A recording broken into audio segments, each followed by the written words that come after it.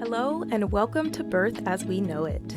I am your podcast host, Kiona Nessenbaum. I have experienced birth as a doula, a student midwife, and as a mother of 3 amazing children with my husband and high school sweetheart by my side. After attending over 130 births, including my own, I've realized that each birth experience is truly unique. So make sure you subscribe and join me every week as we are guided through many different birth experiences through the lens of the storyteller. Please be aware that some of the stories can be triggering to hear, so feel free to pause, take a breath, and come back and listen whenever you're ready. With that said, let's prep ourselves to dive deep and get detailed about what really happens in the birth space. As a reminder, this podcast is intended for educational purposes only and has no intention of giving or replacing any medical advice. All advice that is given on the podcast is from the personal experiences of the storytellers. All medical or health-related questions should be directed to your licensed provider. Before we dive into this episode today, I want to remind you to please share this episode with a friend. And if you feel so inspired to share your own birth story, head over to KionaNessenbaum.com and fill out the guest request form. All of the stories that have been shared on this podcast are truly amazing, and I'm so excited to get some of you on the podcast as well. All right, let's dive into the episode. Hello, everybody, and welcome back to the Birth as We Know It podcast. Today, I am super excited to have on Carrie Kenner, who is the former owner of Big Belly Birth Services, but is currently practicing under CarrieKenner.com, or basically all things Carrie Kenner. And she is the creator of Becoming a Birth Doula. And so she is in the process of writing a book, and we're going to hear more about that. So, hey, Carrie, thanks for coming on today. Thank you so much for having me, Kiona. Yeah, I'm super excited to dive into your own personal birth stories of your kiddos, as well as talk about what got you into birth work and where you are today. All right. Well, as for many birth professionals, it was my own birth experiences that opened the path for me. I have 3 sons. My oldest is 43. My next oldest is 41. And then I have a 23-year-old. And so my oldest son was born in 1980, and I was a teen parent. And oh my gosh, so imagine back to 1979 when I found out I was pregnant with him. And for whatever reason, well, a combination of things, I was starting to read feminist literature. I was a student of the African diaspora. I was just very interested in the experience of how African Americans got here. And I was interested, I kind of always wanted to be a hippie. So I think those 3 things led me to this notion as an 18-year-old that I didn't have to give birth in the hospital, that I wanted to have a home birth. Women had been doing that since the beginning of time. And that's what I wanted to do. I didn't want to be a part of the system. I was a radical. But I want you to imagine now, 1979, no internet, barely midwifery laws around the country. But I was in Washington State, where, unbeknownst to me at that time, midwifery had just gotten legalized and regulated. And there was actually a midwifery school that had started a few years prior. So I was living in a small town outside of Seattle, and I pulled out the phone book. Some of you don't even know what a phone book is, but we used to have a phone book. And I turned to the doctor section and started dialing doctor's offices and saying, do you do home births? Do you do home births? Do you do home births? And I would get answers from, oh my God, no, to what's that? And one of these phone calls, and I probably made like 15 phone calls. And keep in mind, again, I'm an 18-year-old who's pregnant, I'm single, all the things that don't give you a lot of confidence. So it was really hard hearing those responses, but I was determined. And bless this one nurse or receptionist who said, no, but I heard that there's a clinic of midwives in Seattle. Would you like their number? So yeah. So she gave me this number and I called, and I think it was the Odessa Brown Clinic which is a wonderful clinic in Seattle, that would give office space to this group of midwives in the evening. And so that's where they were holding their clinics. And they're like, well, if you're willing to come over here for your prenatal visits, we're willing to come to you in Bremerton, where I lived, for the birth. So I'm like, cool. So I started seeing them. So I found midwives that were willing to travel an hour, probably by ferry, to my birth. So did that, took Lamaze birth classes. I took them as if they were the Bible. If it said stand on your head and, sing a song, I would do that. I did exactly what I was taught to do because I was 18. I have that, be a good girl kind of mentality, even though it's also a radical rule breaker. And I went into labor at about midnight one night, the 2 days before my son's due date, and called the midwives. And you had to call an answering service, I think. I don't even know if we had pagers back then. It was just, there was no cell phone. So whoever I called, and they said, well, it's the middle of the night, there's no ferries running, we'll send somebody on the first boat in the morning. It's like, cool. So I think they got there like at 6 a.m. And I spent my entire early labor, after getting up and throwing up, then it just kind of went into a normal labor. And I spent my entire labor laying on my left side with pillows between my legs, doing this patterned breathing that I was taught. And when your contractions were this far apart, you breathe like this. And then when your contractions were closer together, you breathe like that. And when they were closer another way, like there was all these different patterns that we were taught. And I just was doing them religiously, and it was working. My midwife showed up, and I had 5 midwives, because these were the midwives who had started the legislation so that midwives could become legal and licensed in the state. And you had to attend a certain number of births. So they were also the midwifery trainers. And so the 2 midwives who were licensed and 3 students came along. There's some fabulous pictures of all these midwives gathered around, plus both grandmas, my mom and my partner's mom, my best friend and my partner's little sister. And they're just like, we're all in this one small bedroom in our apartment, and they're all crowded around. And what I remember from that birth is, at one point the midwife said, okay, you've got a little lip on your cervix, and to kind of make that go away, you need to turn over to the other side. And it was just like, you might as well told me to fly to the moon. Like, that seemed impossible to move, because I'd been like not moving. So they encouraged me, like, you're a doula, I'm a doula. We know how, like, okay, so the next contraction, here's what we're going to do. So they did that whole thing, and I flipped over and thought I was going to die, and then got settled back in that position. And I think I was just looking at the pictures last night to kind of remind myself, because we have these fabulous pictures that one of the student midwives took. And the note on the album says at 8:30 a.m. is when these pictures were being taken. So I think I was starting to push then, or at least I was close to being completely dilated. But there's, so like, they got me sitting up when it was time to push. My partner was behind me. The family people were standing in the doorway. and I pushed, and I probably pushed for like maybe an hour and a half, something like that. And he was born, and they put up the mirror. So I was seeing him crowning and then feeling his head. I sent you that picture of us feeling his head, and we have this like delighted look on our face. Oh my God, this is actually happening. And this incredible picture of the 2 grandmas when they saw their grandson be born, and they're just huge smiles and tears in their eyes. It's this fabulous picture. And at the end of that, I was like, oh my God, I did that.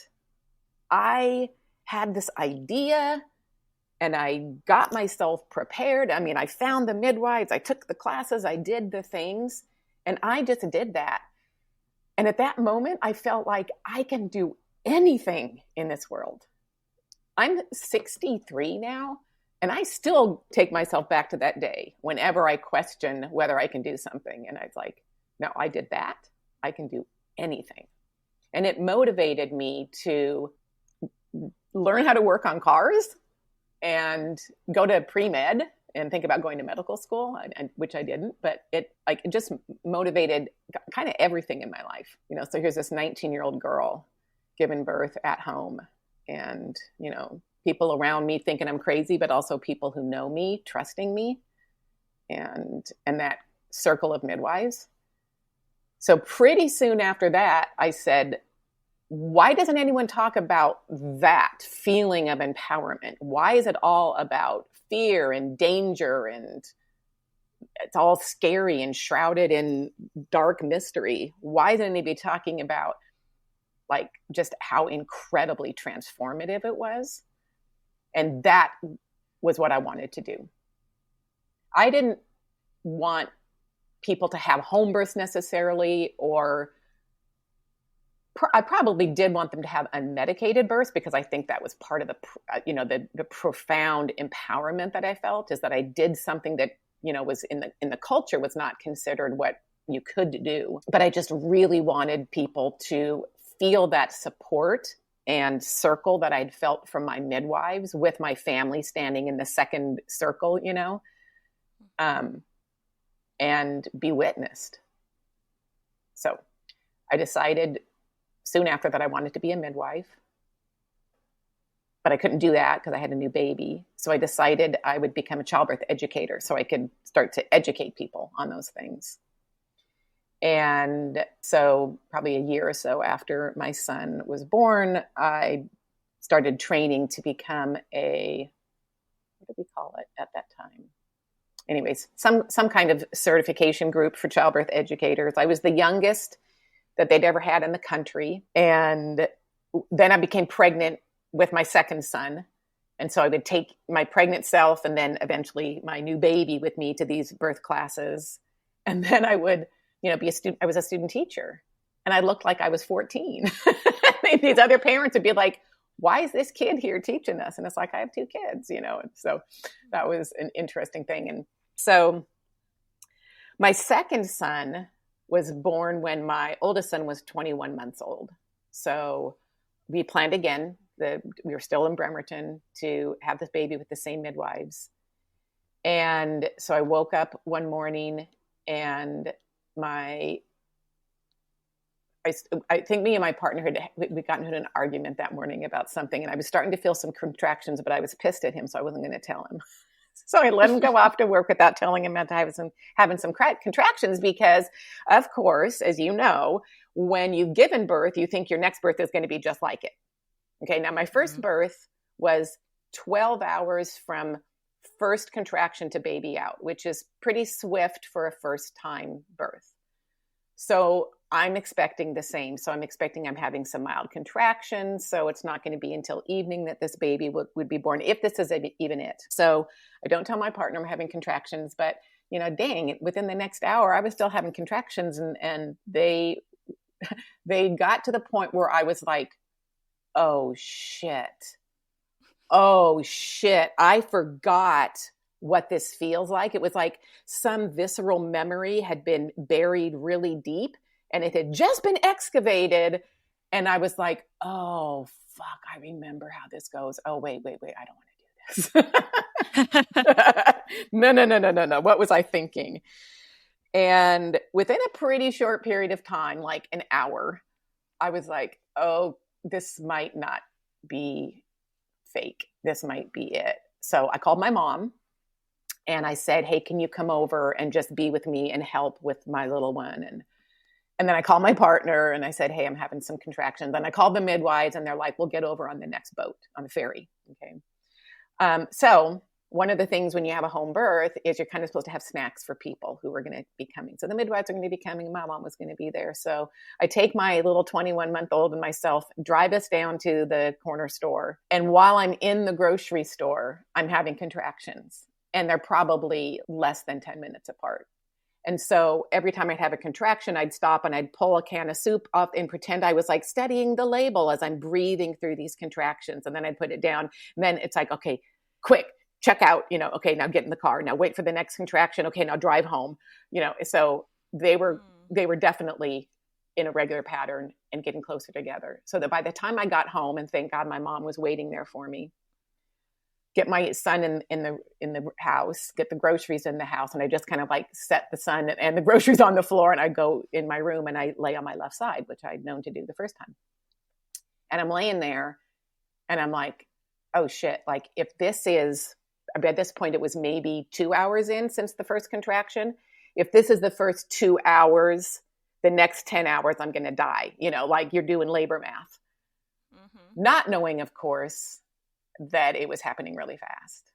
So then my partner gets home and he comes into the room where I'm at and he's like, how you doing? And I'm like, this is way harder than I remember. And I don't know if I can do it. And I started humming and I was like,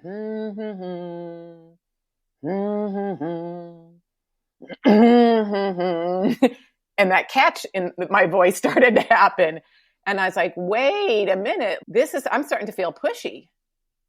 And my partner's there. And okay, to tell you again how old school this is, we would actually boil shoelaces and scissors for a home birth back then. That was part of your instruction sheet from your midwives. So we had instructed my mom to boil this stuff on the stove. And so my partner is yelling at my mom, hey, bring the stuff that's boiling. And she's like, oh, well, it hasn't boiled for 10 minutes yet. And he's like, I don't care, just bring the shit. So he's yelling at my mom. My mom comes in the room. My son is in her arms and my older son, and he's crying because people are yelling. And I'm telling my partner to check to make sure he can see the baby's head because it had been drilled into my head. Don't push if you don't know you're completely dilated. Well, we didn't have a way to know that except if we could see the baby's head. I figured it would be a pretty good odds. And he's like, yeah, I see the baby's head. And I'm like, does it have hair? And he's like, yeah. And I'm like, well, what color is it? I needed proof that I wasn't going to push too soon. And so he's like, yeah, it's got hair. And I pushed and he was sunny side up, meaning, facing the not typical direction, which usually leads to a longer and more painful birth. His birth was less than 3 hours from first contraction to out. Midwives were nowhere in sight. And so again, because I was a childbirth educator at this point, I kind of knew some things. And one of those things was when the placenta comes out, just catch it in a bowl. Don't do anything. Don't clamp, don't cut, don't blah, blah, blah. And put the baby on my chest and keep it warm. And so we did that. It was exciting, but it wasn't scary, but it was hectic, because you just, the adrenaline. And I remember my partner called the answering service for the midwives and said, hey, the baby's here. What do we do? And they patched us into another midwife who just said, yep, just here's what to look for and just keep the placenta in the bowl and wait for your midwives to get there. And about an hour after he was born, there's a knock on the door and my mom answers it and it's the midwives are like, how's she's doing? She's like, oh, she's good. Her and the baby are in the room. And they're like, what? Yeah, baby was born like an hour ago. So that was pretty miraculous birth. And we continued to call that son Wonder Boy because he just came out with his eyes open and he would just sit real quiet and just watch the world with these big eyes all the time. And he was, we joke around that he was in a hurry to get here. So fast forward, I decided to be a midwife, but I can't be a midwife now because now I've got 2 kids. So I think to myself, well, I should become a doctor because a part of it, my decision to not go to midwifery school is midwifery school was not covered by financial aid. And now I'm a young mom with 2 little kids, don't come from a family with money. So there was no financial aid. And believe me, I looked at the catalog. I would pore over the catalog as if it was a fine novel for the midwifery school and pine over wanting to go there, but I just couldn't figure out how to make it work. So I decided, well, I could get financial aid to become a doctor. So that's what I decided to do. And I went through college and did all the pre-med sciences and all those things. My second passion is people. So my undergrad degree is actually in sociology and psychology, understanding why people do the things they do. But I would do all the pre-med sciences. And in my last year of pre-med, and I would look around at all the other pre-med students, it's like, I don't like these people. I don't want to go to school with them. And I definitely don't want to spend 4 years. My heart is not in being a doctor. So I decided to just work. I was working in healthcare administration. I was working my way up in the corporate ladder. I bought a house as a single parent, took care of my sons. And every 5 years, I'd order the midwifery school catalog and think about it. And then when my oldest son was 19, 20, I'd gotten remarried when my sons were 16 and 18. And I'd always wanted to have more kids. And my partner, my new husband, he'd never had kids and he wanted to have kids. So we got pregnant. And I remember, I have grandchildren, 3 grandchildren who were older than my youngest son. I mean, I have one of those families. So my older sons followed in my footstep and they had their children young as well. So I was a grandma when I was 38. I became a mom for the 3rd time when I was 40. And when our families gathered around and I told them that I was pregnant, my daughter-in-law was just like, shut up. And I was like, no, I really am. She was like, shut up. And I was like, would you stop telling me to shut up? I really am pregnant and I'm going to have a child that's younger than your guys' child. And I had the same midwives 20 years later. Really? Yeah. So that was super special.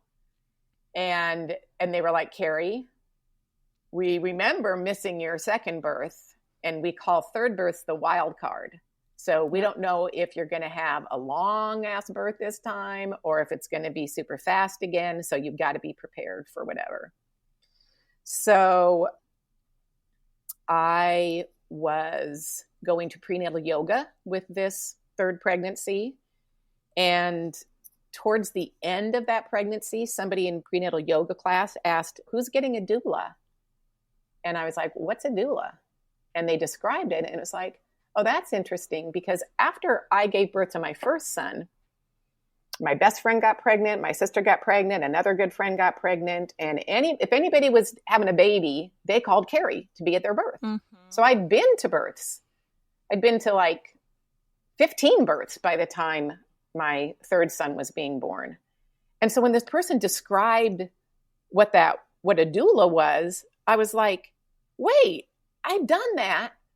And that's like better than being a midwife because you don't have all the clinical responsibility, but you get all the like hands-on support. And I was like, oh, I'm going to look into that. So I was looking into what a doula was. I asked one of my friends to be kind of like a pseudo doula for me. Mm-hmm. And when I was 8 months pregnant, I got laid off from this company I'd been working with for almost 20 years. And they were like, so yeah, we're closing your department. So you're going to get laid off. So what we're going to do is help relocate you to a new position. I'm like, I'm 8 months pregnant. And they're like, yeah. So we'll just help you find some good matches and you can interview. And then, and I'm like, and I'm going on 4 months maternity leave. Who's going to hire an 8 month pregnant woman and then not see her for 4 months? And they're like, yeah, well, we'll find something. I was like, no, actually, you're going to give me a severance package. And I'm going to take that package and I'm going to go to doula school and I'm going to become a doula, which is what I did. Yeah. So yeah. After my son was born, and I'll tell you his story in a minute. I went to doula training and I went and trained to become a birthing from within mentor. So kind of a different approach to childbirth preparation than the kind that I'd taken before. And yeah, so that really started my journey into being a birth professional. But in case you're wondering how that 3rd birth went. I am. I woke up in the morning. And also, I was really, really connected to my baby during this pregnancy, like really super connected. Like I felt like we talked to each other and I didn't have that, or maybe I didn't have the wherewithal with my first 2 sons. Plus I was, much older, much wiser. And my dad had died when I was 8 months pregnant, along with getting laid off. So I was really emotional. It was a really emotional time, and I was really connected to my baby. Would talk to him about what I was going through, and so we had my dad's memorial service on a Saturday. On Sunday, I think that was like the wrap up with the family from the service. And on Monday morning, I woke up and I said to my son, "Okay, anytime you're ready, I'm ready now." And within an hour, I had a contraction. And I was like, okay, like, and I had a midwifery appointment that morning, but it wasn't with my normal midwives. It was with their backup midwife. So I go in to see the backup midwife, and she said something to me. My due date wasn't like for 10 days or to 2 weeks.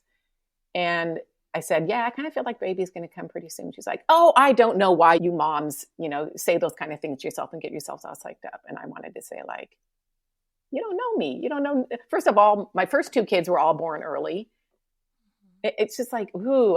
So I was like, I'd gone in wanting to have my cervix checked because I'd been having lots of Braxton Hicks. But I was like, this one was not touching me. So didn't get checked, went home, and continued to have mild contractions all day. And so I was like, okay, well, I know what to do. I'm going to go bake some banana bread. Okay, so make some banana bread. And I'm kind of having contractions all day that I have to, pay attention to a little bit. And then it's like, okay, well, now I'm going to make mac and cheese so we have something for dinner. And by 4 p.m, they were still coming. And so it's like, I better give the midwives a heads up. So I call the midwives and I give them a heads up. And they're like, okay, well, keep us posted. We're on, high alert now. And I called my partner at some point and I said, yeah, I'm having contractions. You might want to come home. So he came home. I think he probably got home around 5. And, it's amazing how we can talk our things out of the obvious. But, over time, they were definitely getting closer together and they were definitely getting stronger. And I'm breathing. I'm just trying to be so cool. And at one point, I was like, okay, I think I maybe need to call the midwives again. So it's like 7 p.m. and I call the midwives, who were all at the midwifery school graduation that night, which means all the midwives, all the student midwives, all the everybody's were at this event, all dressed up for the graduation of that year's midwifery class. And they're like, okay, yeah, we're all here. I've got your chart with me, but why don't you get in the tub and see if it goes away? Because getting in a body of warm water can kind of like, I think of it as like diluting the oxytocin that causes the contraction. So I need to get in the water and see if that chills it out. So I get in the water and yeah, sure enough, no contractions for like 20 minutes until the killer contraction comes and my water breaks. And I stand up and I yell to my husband, call the midwives and tell them to get here now. So I waddle upstairs and I make it to the toilet where I don't know whether to put my butt on the toilet or my face over the toilet because it's coming out of both ends simultaneously. I am in full-blown transition.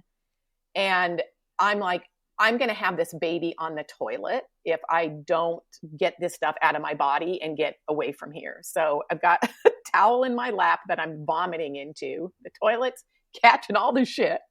And finally, I'm like, okay, I think it's done. Quick, between, like the 1 minute between contractions, I scuttle into our bedroom and I kneel down by the side of my bed. And I didn't hear when the midwives came in, but at one point I look over and I see high heel shoes, black tights, and a dress. And I hear my midwife saying, Carrie, it sounds like you need to push.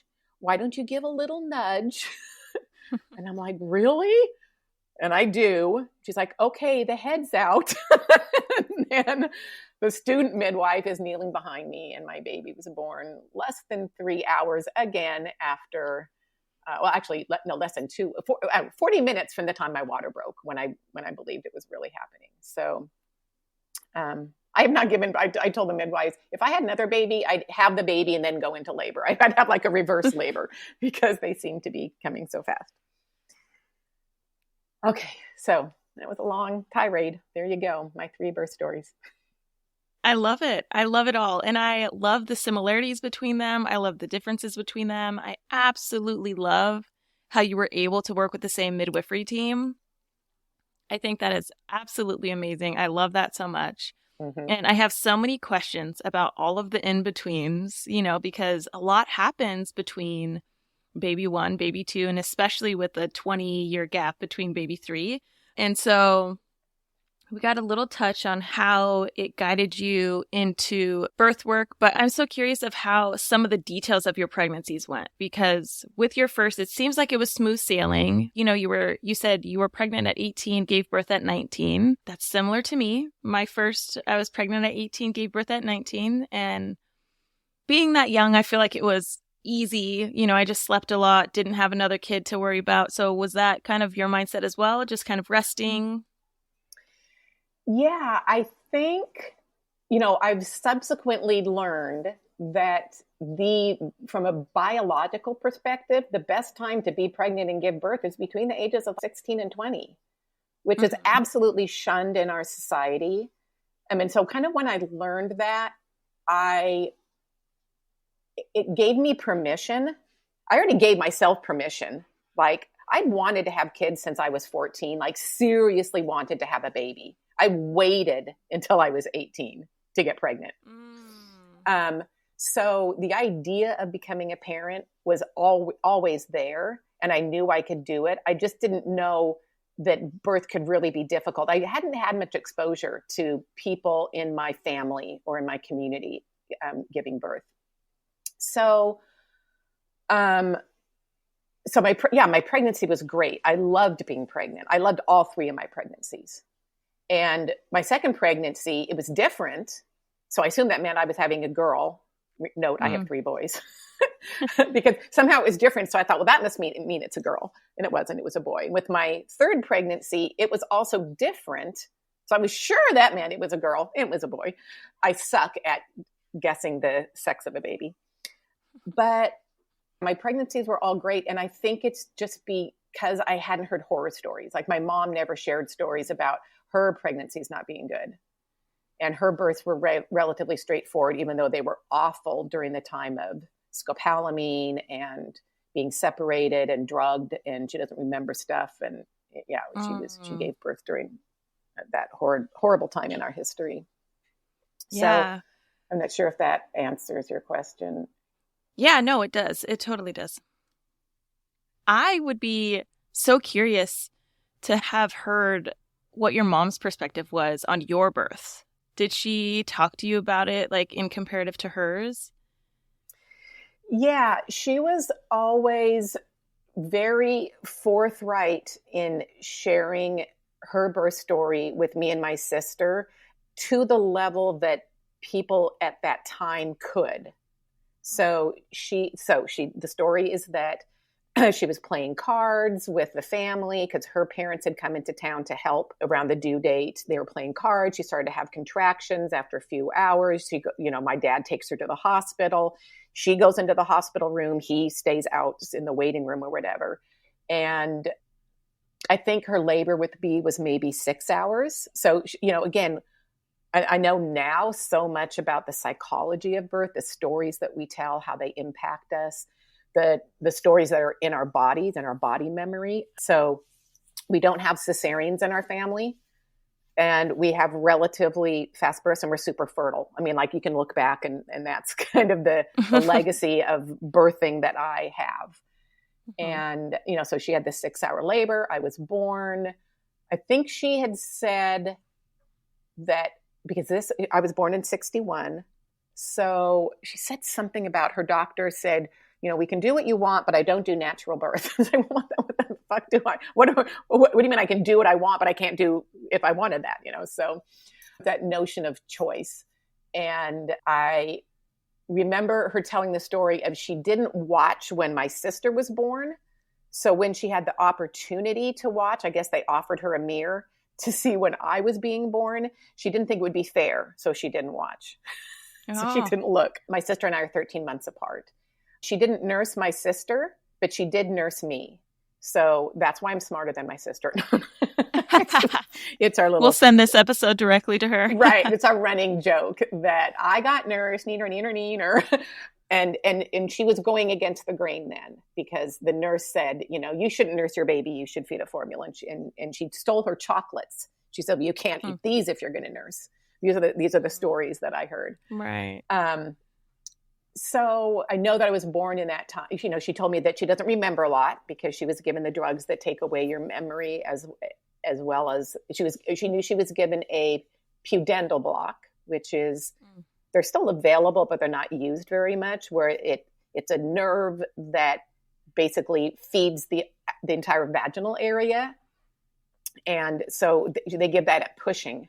So, I mean, when I think back now that I, again, have learned so much about birth, they would give narcotics that dulled your mind and made you forget, but weren't actual pain blockers until pushing. So they're just like, the thought of it is just like they're just struggling in bed on drugs, feeling it on drugs until they push, and then they block the nerves just for the pushing part. I mean, that's a lot in itself, because then there's the entire history of how women were manic and, not able to handle labor at birth. And so they needed the male doctors to do all these things to make it to where their baby could be born. And then the doctors would get all of the praise for all of the things. And it's a history that needs to be told from the perspective of her story. Mm-hmm. We need to go back and, I really, for me with this podcast, I really would love to interview older women and older birthers, because it was so different, and it would be so interesting to hear the difference. And I asked my grandma if she would come on here, and she was like, "Me?" And I was like, "Yeah." She's like, "Oh, baby, I don't know. That's a little maybe." And then my dad is like, "Dad, yeah, Mom, that'd be so fun." And she's like, "I don't know." So I'm still trying to convince her. So we'll see. Yeah. Well, I mean, and that's the challenge, is that era of birthing people, women, they didn't talk about private stuff. And I think they also didn't talk about the pain, not the physical pain, the emotional pain of what they had been through. There's got to be some deep shame in having birthed and not been aware of what was happening to your body, or that you couldn't have helped your baby if you needed to. And I mean, maybe I'm projecting, but just what I know about people today, I've been doulas to hundreds of families. And when people talk about what leads to trauma, it's oftentimes what they weren't able to do, what they weren't allowed to do, or how they weren't supported that caused the trauma, not the things that happened to them, the way they were treated during the way things happened to them. So I just think, there's decades of people who were birthing in inhumane ways, and they couldn't do a thing about it. And they're told not to, and you didn't share those kinds of things.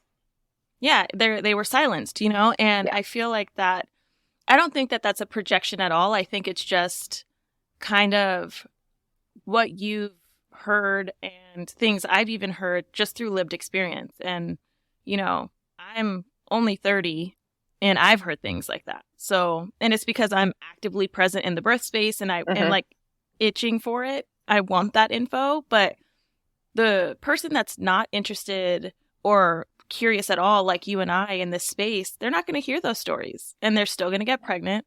They're still going to be birthers. And it's just, I don't know. It's so amazing. It's so crazy. It's so different for each individual person. And so, I think that every situation, every story deserves to be heard. I should go, where I should go? I should go to a nursing home. Yes. And talk to people. Yeah. I should. Yeah. Maybe I'll make a little bonus season or something. Yeah. Yeah. Listening to the elders. Yeah, for sure. Yeah, because those stories are so important because that generation is dying. So my mom just passed away on January 1st. So 2 weeks ago tomorrow. And I can't get more in depth from her story. What I will say is that she, oh my God, was my number one fan as a doula. She was so proud, and she would go tell everyone, you need to know about doulas. She would see pregnant people, and she would say, do you know about a doula? She tells me, so she lived in Bremerton. I moved to Seattle. And she would call me and she'd say, I was somewhere and I met this woman and we got talking about doulas. And she said she was a doula. And I'm like, oh, do you know my daughter, Carrie Kenner? She's like, oh my God, yes, I know Carrie Kenner. My mom would call me all the time because I don't know where she would find people, but she had like a doula radar and she would find all these people. And she was like, yeah, that's my daughter. Da, da, da. And yeah, so. Your mom sounds a lot like my mom. Yeah. My mom, if she sees any pregnant person or, she will, any chance she gets, she'll be like, oh, do you know what a doula is? My daughter's a doula. Oh my gosh, you should totally listen to her podcast. Oh, you're pregnant? Like, you should check this out. Total biggest fan. Yep. And it's so awesome and amazing to have that because people learn more about it. People reach out. People have questions. And if they don't reach out to me, they get that earworm or that seed is planted of like, what's a doula? Yep. And then the next midwife? time somebody's pregnant. I mean, one of the things that my mom said, and anybody that she would talk to who was older that she told about doulas, the almost automatic response was, wow, that sounds really cool. I wish I had that. It's like, yeah. So you people who have been through this and know you would have benefited from it, your job is to tell the younger generation, you need to get a doula. You need to have support because this, it's hard. It's hard birthing in the world today. It is. So it's always been hard birthing, I would say. Yeah. Yeah. Well, there's the basic process that is hard, but it's to have that empowerment and be respected and all that is really hard today. Yeah, I would agree with that. Yeah. I would agree with that. And yeah, that just reminds me of the last week's episode, who was a labor and delivery nurse. And her perspective is so interesting to hear because she goes in and just talks about what it's like to be a labor and delivery nurse and talks about the limitations that she also has and other nurses have in that space, as much as they strongly really want to be able to give you all the things that you need and desire. She's also limited under protocol and she has to get approval from her uppers and they have to get approval from their uppers. And it's just like, it's a whole system that's put in place that makes it so challenging. And she herself had said she wishes that our system was set up that if you're low risk and want to have like an unmedicated birth and that's your thing, but you don't want to have a home birth, like she's like, I wish, even if you did want to have a home birth, let midwives be the primary provider for those people. Yeah, the default provider. Right. And then let the hospital be the place for all the high risk, because one of the most important things she said that stuck out to me was most of the time in the hospital, it's life or death. And so if you're wanting to have something to individualize your birth, but the person down the hall is hemorrhaging or having an emergency cesarean, you're not going to get the care in that space that's individualized to your wants and needs at that time because there's someone else down the hall that has priority. And so I think that that's so important to kind of put into perspective and, just to consider and think about. And that's why I think it's super important to talk about birthplace options, like where you're at, what you want, what your true expectations are, and what you want to get out of your birth team. And that's like, I am not against hospitals by any means, know? So just doing the research, which is really hard. And there's a ton out there. There is. Yeah. One of the things that I am working on so I've got one book that is done and it's getting published this year. And that is my birth doula training. It is now in a book. So it's a whole new accessible way to get trained as a doula for people who aren't able to go to a, multiple days long, 40-hour long, whatever, doula training or can't afford it.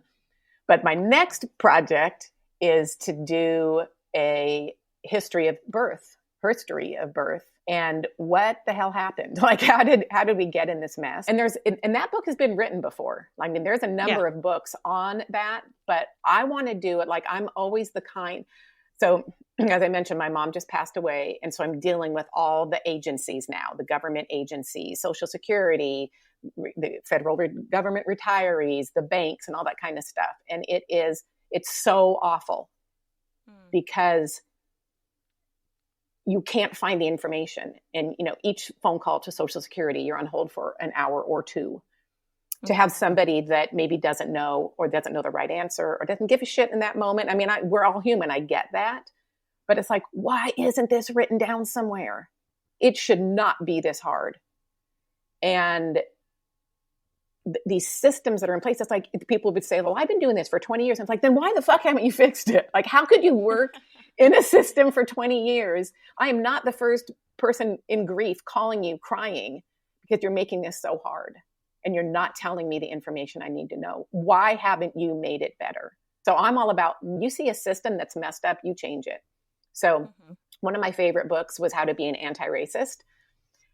And I want to write the what happened to birth and how to fix it version, the how to be an anti-systemic birth or person. And so, yeah, that's my next project. And I can't wait to get started and give people like, here's what you can do to fix it. Whether you're a parent, whether you're working in the system, whether you're a midwife, whether you're an advocate for families, there's things that we could be doing to make it better and hopefully over time completely upend the system.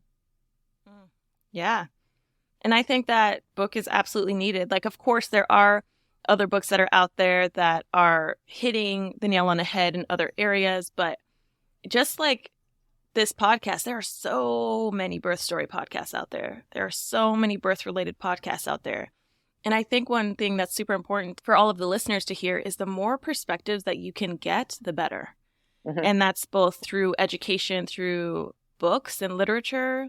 That's through stories that you're verbally hearing, whether that's from family, friends, podcasts, whatever. The more perspectives you can get, the better. And you as the individual get to decide what sticks with you, what you can hold. And it should not be a competitive space. It should be an educational projected space. Like whatever comes out is just meant for you to hear and take, and you get to decide as that person. Your time of research as an individual who is interested in these things is where your foundation of your agency comes in, because you're making all the decisions. You're the one that gets to decide. So yeah, I think that's awesome that you're writing that book. And is the first book that you're writing called Becoming a Doula? Becoming a Birth Doula. Yeah, that's the one that will be coming out. It's been written for, I started it during the pandemic like everyone else did, starting a book, but yeah. Awesome. Yeah. And I anticipate to hear that your second book will also take many years, because it takes time to get all the info. So let's go ahead and talk a little bit more of your perspective as a birth worker on some births, if you're cool with navigating that way. The first thing that comes to mind is I know that you have been to many, many, many, many births. And I would love to hear maybe one of the stories or just one of the details of someone's birth that stuck with you. Which was the most empowering birth that you've ever witnessed? Oh my goodness. I think empowerment comes sometimes in just little mini moments. This one couple that's standing out to me, I remember normally I would do an interview with somebody at a coffee shop or something, but they were having a prenatal visit at the local UW Medical Center. And they're like, can we meet in the lobby for our interview? And it's like, okay, seems a little bit impersonal, but we met there. And one of the things they asked is, we're Christian, will you pray with us? And I said, yeah, but I need you to know that I will not be praying to the same God. I'm not Christian. That's not my belief system. I love prayer. I love praying. And if you're comfortable with that, if you're okay with that, and you want to pray during your birth, absolutely. I would love to pray with you. And I loved that they felt enough power in their own faith and trusted me with mine that they said yes, so they hired me.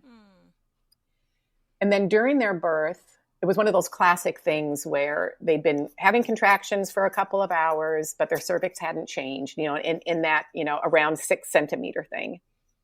And the nurse said, well, I think we should rupture your membranes. And these folks wanted an unmedicated birth. And at first they were like, well, why, they didn't want interventions. And they were like, well, why do you want to rupture our membranes and like do this intervention? And I said, well, let's listen to what they have to say. The nurse was like, I know the kind of birth you want, and I want to help you have that kind of birth. And you're doing great, but you've been at it for a while. So we can do nothing. But if we do nothing for a long time and you keep having contractions, you're kind of spinning your wheels, you might run out of steam and it'll be harder for you to finish and have the birth that you want. So I think that if we rupture your membrane, it'll bring the baby's head down, it'll press on the cervix more, it might help with dilation and hopefully get you through your labor sooner. And I taught my clients the brain questions, benefits, risks, alternatives, intuition, and doing nothing or not now. And so they use those, as we practiced in our prenatal visits. So they're asking those questions. And they find out that the alternatives are position changes, walking, waiting, rupturing membranes, Pitocin. There's other things that could get their labor maybe stronger. And so my client said, I want to wait. I want to wait an hour. I think I'm going to walk during that time, and then we'll reassess. And so that's what we did. We walked the halls for an hour. Nurse checked their cervix, and nothing had changed. And she's like, okay, I'm ready for you to rupture my membranes now. So it was just that simple act of saying, I need a little more time. I need to try this other thing before I'm ready to embrace something that wasn't on my plan. But when she did say yes, she was embracing it wholeheartedly. And so I just remember I felt like that woman was empowered to choose somebody who didn't share her faith. She didn't feel like her faith was going to get watered down by mine. She had her voice. She knew how to ask questions. She knew how to say, I need a little more time. And then she knew how to leave her plan a little bit to do something that moment required. So it's nothing big, huge, and of course, anybody pushing a baby out, that's some pretty empowering shit. So it's such an amazing experience to watch from the sidelines when you see someone in their primal, just seeing someone in their primal state. And for me, this is kind of a part where I wonder how people that have not birthed themselves feel as a doula, because there's a lot of doulas out there that are not parents themselves or have not had the opportunity to birth or be pregnant. But it's interesting because when I see birthing people in that primal state, I'm like, yeah, I remember that. Mm-hmm. Oh, I remember that feeling. And like a lot of the time I'm over here like grunting and pushing with them. Yep. To just, like give them that little bit of extra or whatever. Not that like me pushing is helping them at all. Solidarity. But it's just that connection. Yeah, that connection. So yeah, I love that. Do you remember at all if her actually making that decision changed the course of her labor? I think it did. I know she had her baby without medication like she wanted to. And I remember, it wasn't like a 48-hour slog or anything. So yeah, I have all my records. I was clearing out my house years ago. And it's like, I cannot throw these away. My kids are going to have to throw them away after I die. Yeah, or keep them and save them. Yeah, they're all paper files. Yeah, I had, because we are in the electronic records era, I guess, but I intentionally asked my midwives, can you print that out for me? I would love to have that. Can I at least the labor, like print that out for me. I love it. And every single time one of my kids' birthdays come around, I go through and I read it and I'm like, oh, yeah, I remember that. Or I remember it happening this way, and it's interesting to see their way. And that's how come I think that as a person who is in charge of the chart, whether you're a nurse or whatever, put in the little details that are unique to that person. Say, partner kissed on the forehead, or giving dad a hug, or, laughed at this joke. Simple things, because those little details bring out memories and feelings for the laboring and birthing person as they look back at that. Yeah. I remember with my youngest daughter's birth, I remember having the memory of hugging my dad before I got in the birth tub, and my midwife charted that. And I was like, oh, that was a big moment to me. And the fact that she saw that as a big moment too, just made me realize I did choose the right person. This person could see that was important to me and decided hugging dad before getting in tub. And I was like, yes. Yeah. Because you feel seen and you feel heard and valued. And yeah, it was great. One thing that I did want to talk to you about is I did just ask you about your most empowering birth. But as a birth doula, what is the most challenging birth that you've had to come up against? I know it well. I've written about it a lot.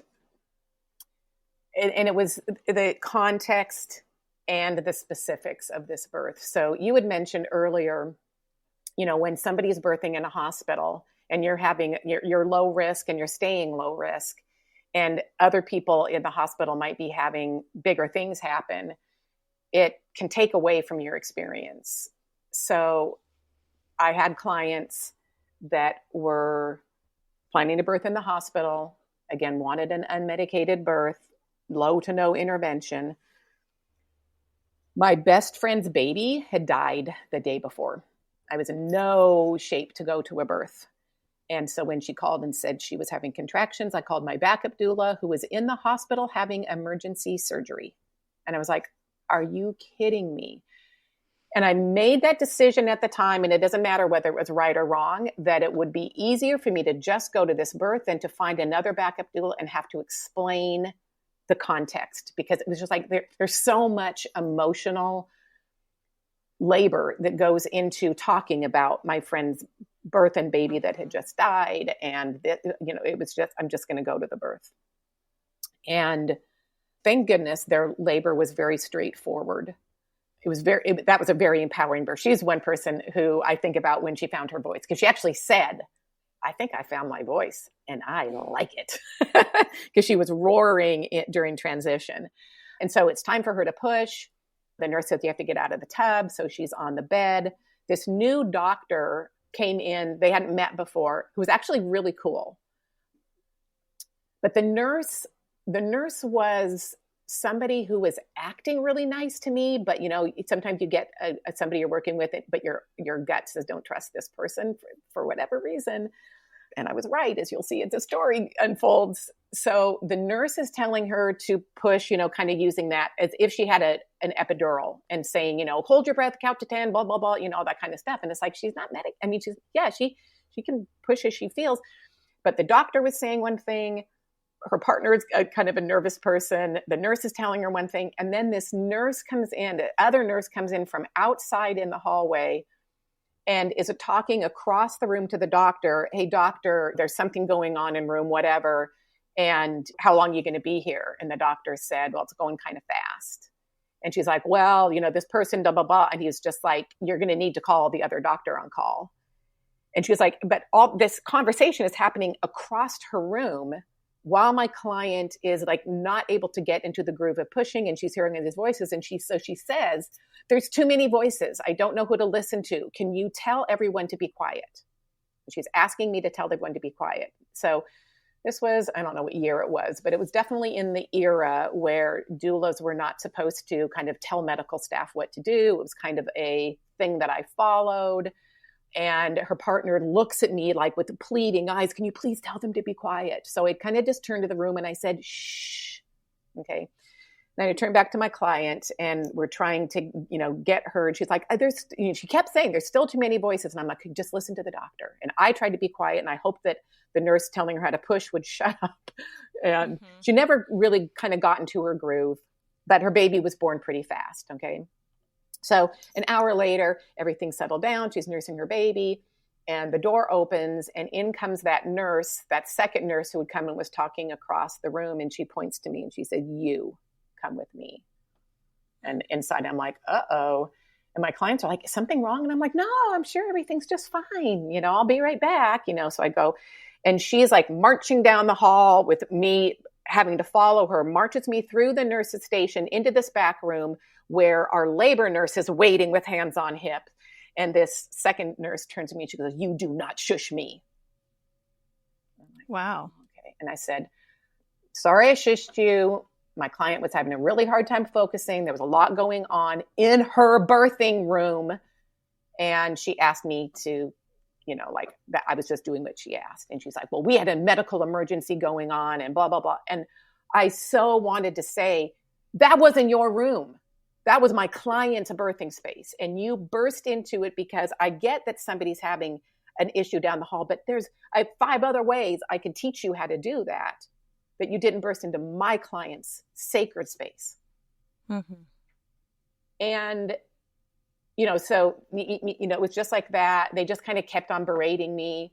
The nurse that was really nice to me, but I knew something was up. She kind of like turn on her heels to me. She was like, I don't know how long you've been doing this, but I've been a labor and delivery nurse for 20 years. And I actually went to midwifery school because I wanted to be a midwife. I wanted to do that kind of hands-on support that you're doing. And I was just like, oh, she's jealous. That's why I was getting these weird vibes. It's kind of like you picked your path and I picked mine. My path involves being on call all the goddamn time. Like I'm always on call. I don't have a shift. I don't make a guaranteed income, blah, blah, blah. And it's like, I picked my path. You picked yours. Like, don't resent me because I'm doing the things that you wanted to do. And it was just like one of these, and it was so gross. And then to go back into my client's room, they're like, is everything okay? And I'm like, yeah, everything's fine. With that smile on my face. I would do things so differently now. Now I would be much more of an advocate for my clients. And I don't care if I get kicked out of a room. I'm also not an active doula anymore. But yeah. I did go to a birth last summer, and it was like, I'm prepared to talk back because this has gone on too long. We thought that having doulas in this space was going to empower people to speak for themselves. And we know that there's too much systemic oppression, whether it's bigger outside the hospital systems, but within the hospital system, there's too much damn oppression going on. And people have to be called on it. It's like I was saying with, the Social Security workers, it's like, if you've been working here for 20 years and you haven't changed this, what's the point? Mm-hmm. I get that your job sucks. I get it. So you especially should be changing it. I'll help you. But, yeah. Let's be a team on this change. Yeah. Yeah. Mm-hmm.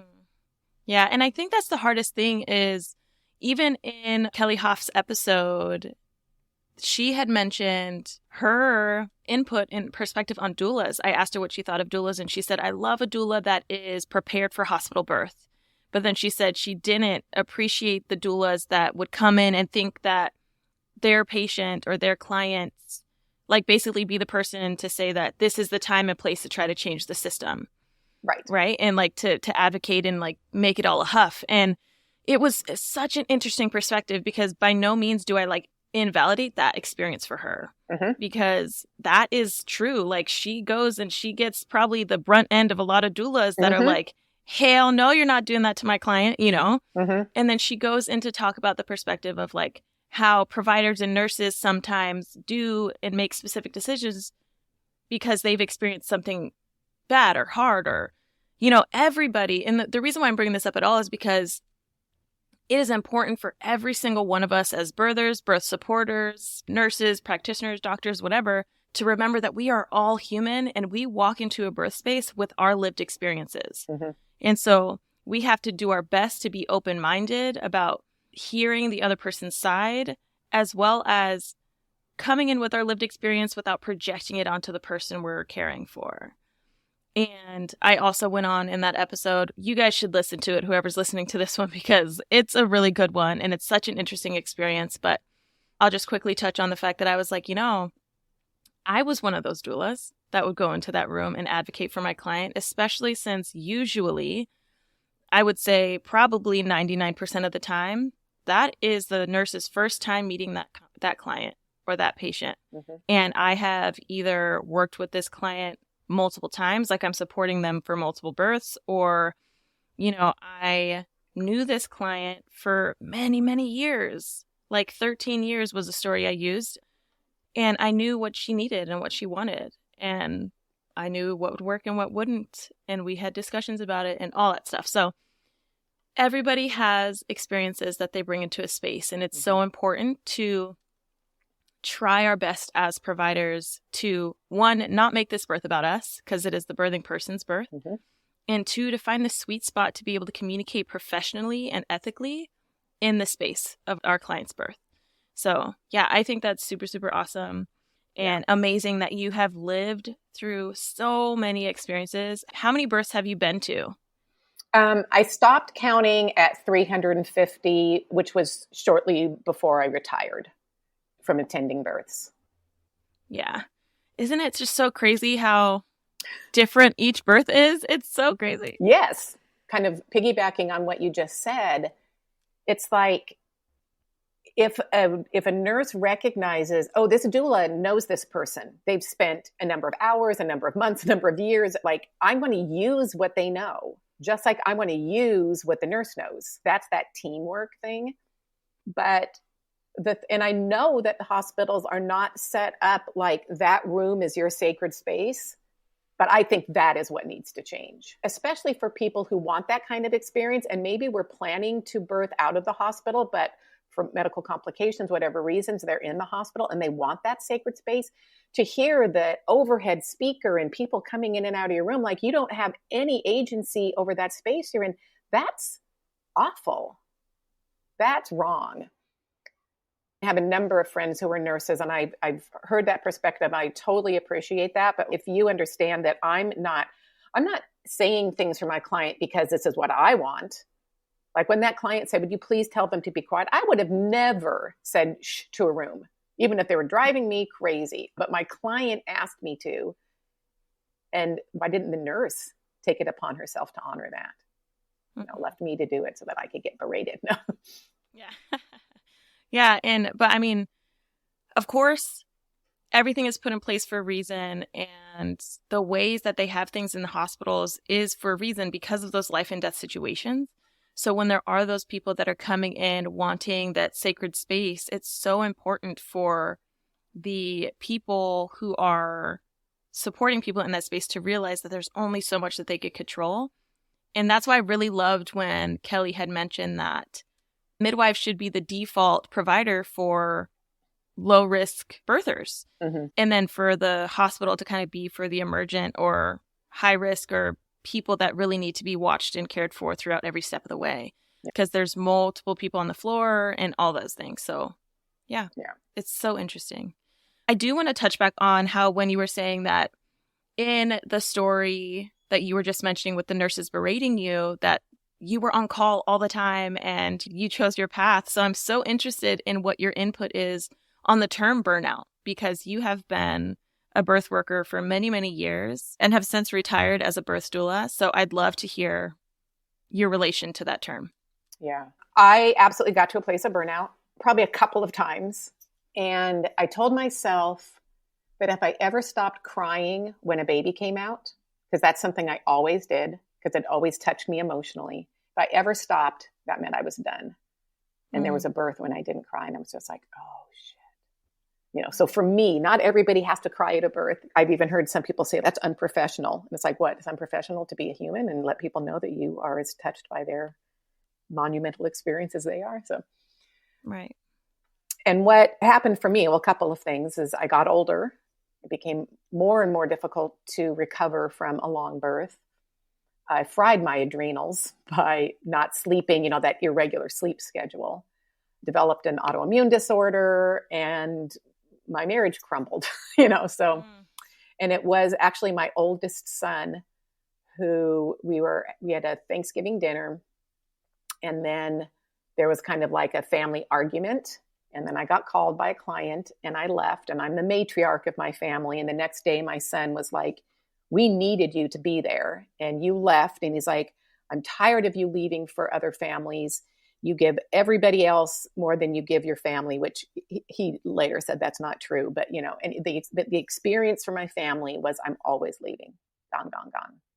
And my family had been they're still like besides my mom, my biggest supporters. So proud of me, all the years I was a doula. They know the impact of doulas. They get all that, but they bore the brunt of it. And so there came a point when I was a big advocate for the doula model, where you are one doula with one client. So that your client knows, unless there's an emergency, exactly who their doula is going to be like. Because I used to talk about, I'm the one person is going to be there.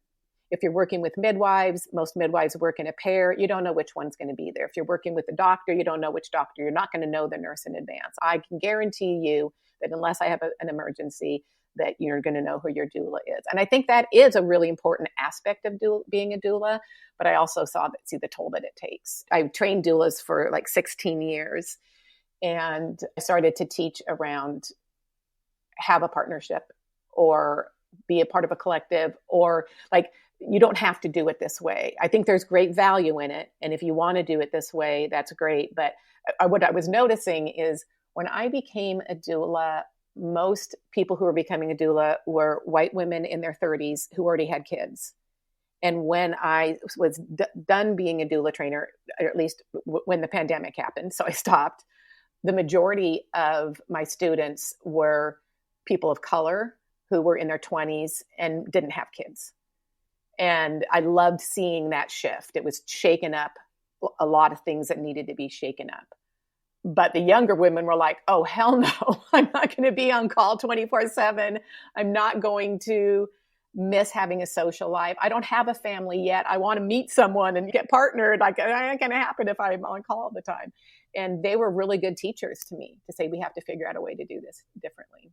So what I do know that sustained me for all those years is that I had a massage twice a month.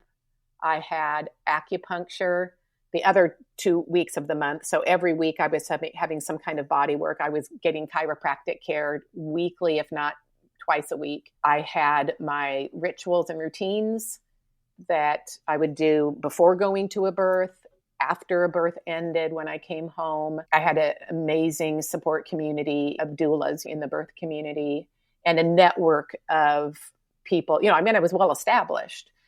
That's what kept me going. What I worry a bit that I see now in doula trainings and in doula kind of coaching programs is such a tendency to help people not be on call. And I get it, but it's also like, if you're not going to births, the first thing is you're not helping families in the way that families need help. So that concerns me. If everybody's trying to not go to births, to not be on call, like, I don't know quite how to balance that, but it's like, don't try to skip the step of going to births and really have all that value as a doula, because that is where you learn in your blood and bones about birth. And it's where you feel the system at play. That's stepping into the fire, and you get remade. I got remade as a person being a doula. I got remade when I gave birth, and I got remade as a doula. Because you're in that energy, you're seeing the depth of the human soul and the human resilience. You're seeing lots of dysfunction, families that you serve that you're like, oh boy, I'm sorry, baby. You got some doozies of parents, just like, and you see the medical system, even how it's impacted the midwifery. Midwives don't practice like they did when I was giving birth in 1980. Those things that, like, there's that lived knowledge that you talk about. And mine is so vast because of going to 350 plus births. Mm-hmm. And I've trained thousands of doulas, and they bring back their stories. So I feel like I go to births because I now hear the stories and I don't have to be on call anymore.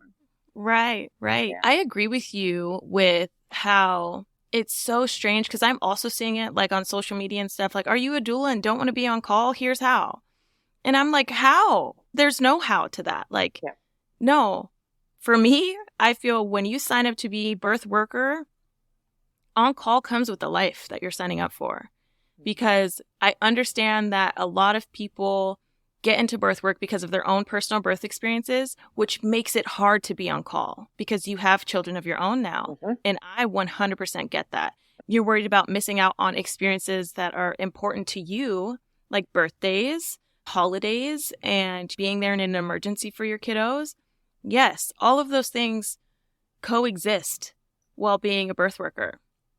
And I also agree with you with the fact that you just said going to births changes you.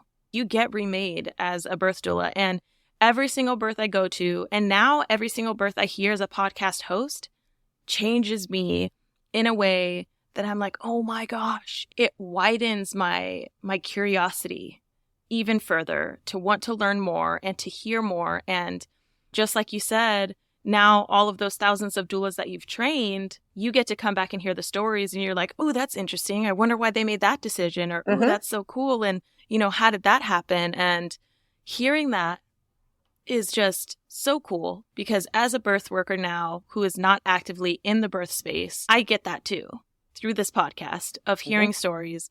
And it's just so cool and it's so important. And I feel like there's so much true value about physically being in the birth space and living that on-call life, because that's what a doula is.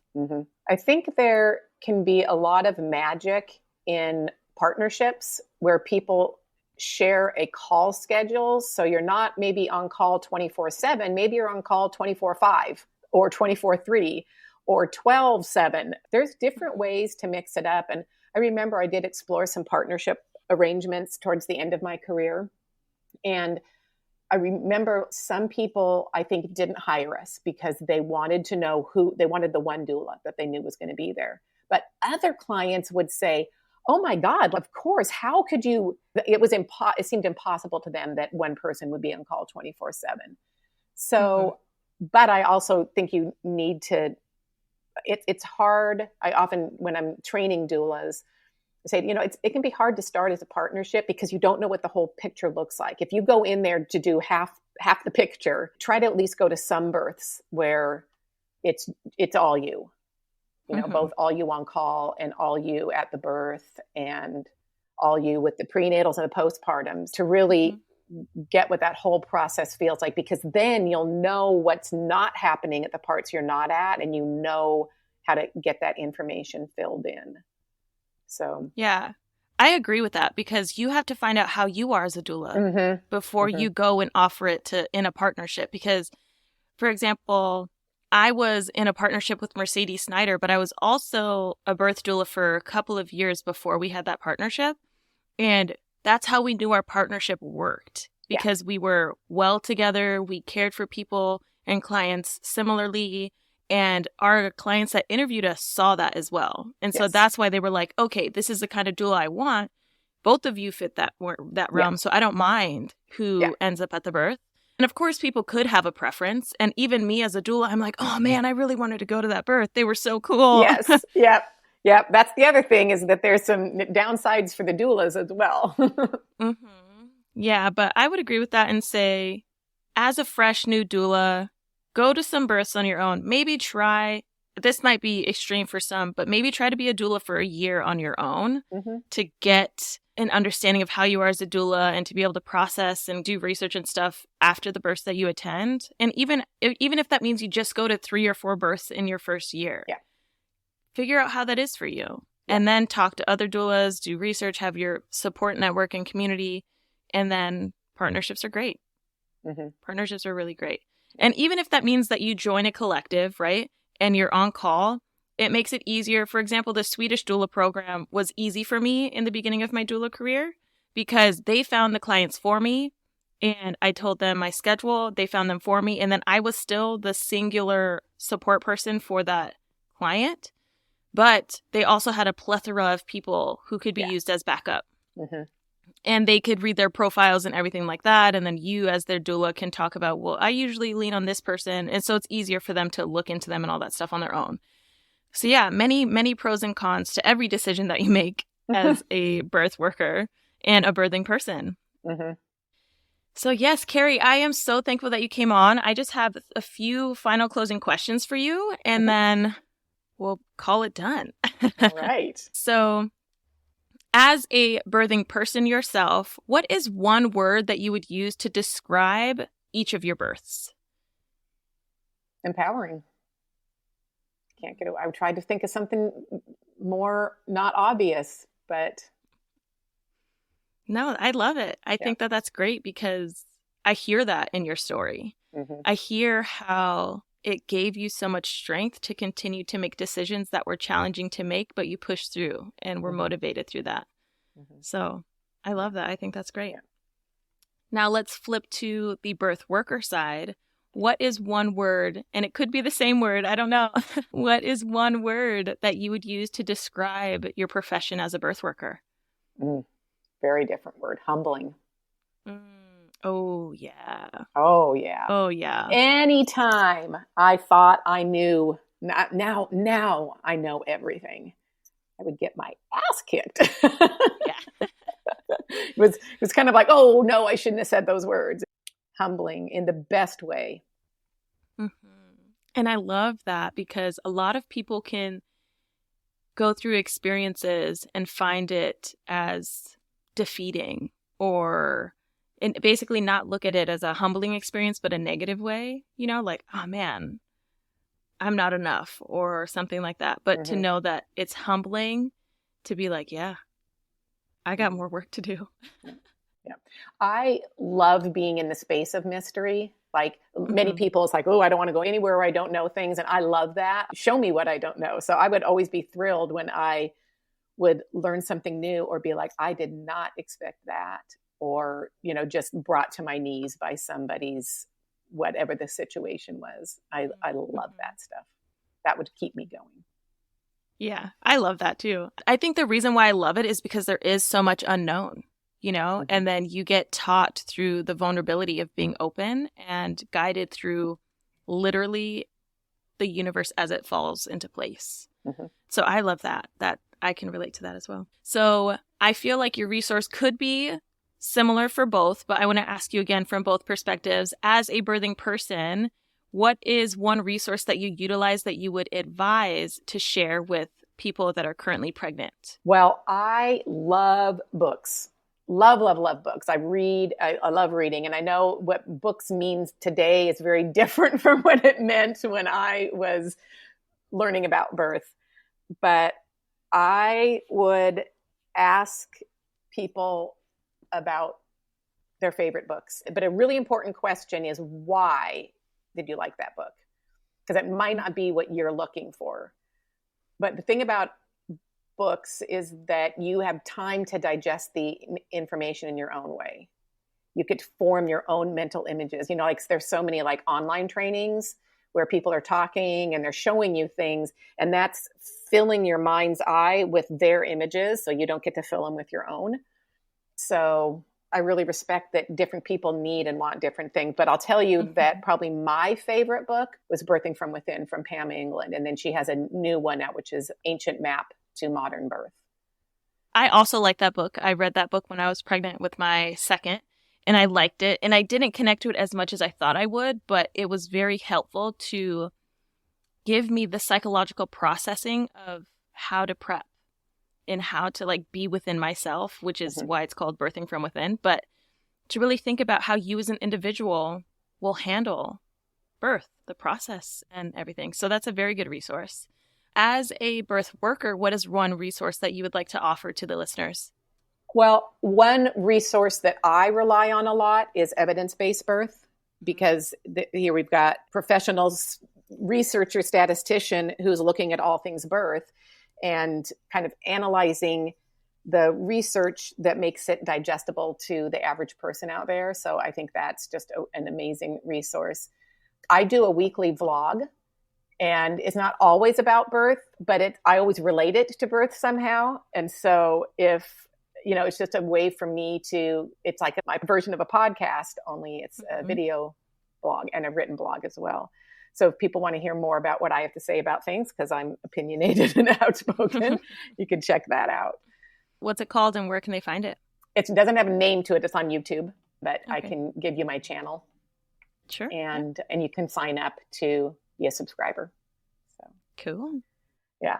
I should probably I did recently think about, I should have a name for this. Right now it's just called The Weekly Vlog with Carrie Kenner. And if for people out there who are interested in becoming a doula, I have not only my book coming out, but I have an online birth doula training. It's the entire thing that I used to do in person for over 40 hours.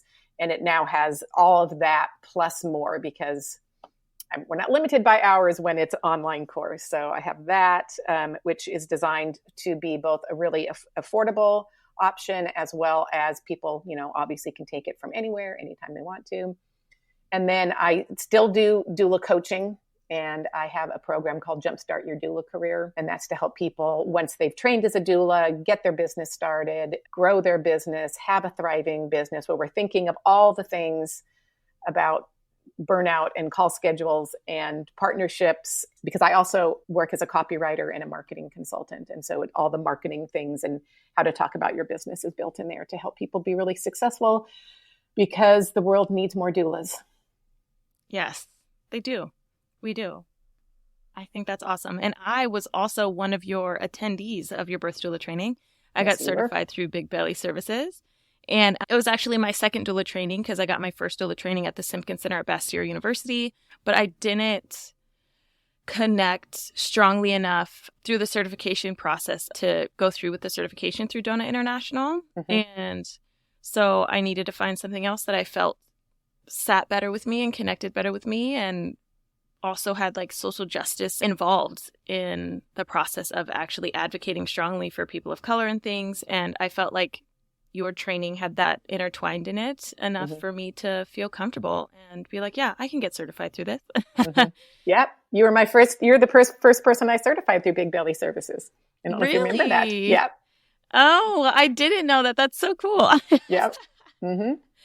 Oh, that's awesome. And that's why I created my own certification, is because so many of my students were saying the same thing. I was a DONA approved trainer for that entire time that I was training those thousands of doulas, but I knew that the organization wasn't meeting my needs anymore. And I knew that it wasn't meeting the needs of my students. So that's why I created my own process.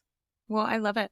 I forgot. I'm pretty sure you probably sent it in the email when you sent me over my certification, but that's great. I'm going to wear that title with pride. The first certified doula by Big Belly Services. I think that's great. Awesome. Well, Carrie, I so appreciate everything that you've talked about today and the conversations that we've had throughout the many years that we've known each other. And I appreciate you, and thank you for coming on the podcast and sharing your stories. Well, I am honored to be here. I'm so glad you're doing this. I've always loved you, and to see you finding even more ways to bring your magic out in the world and support birthing families is awesome. So thank you for doing this, Kiona. Thank you so much. Of course.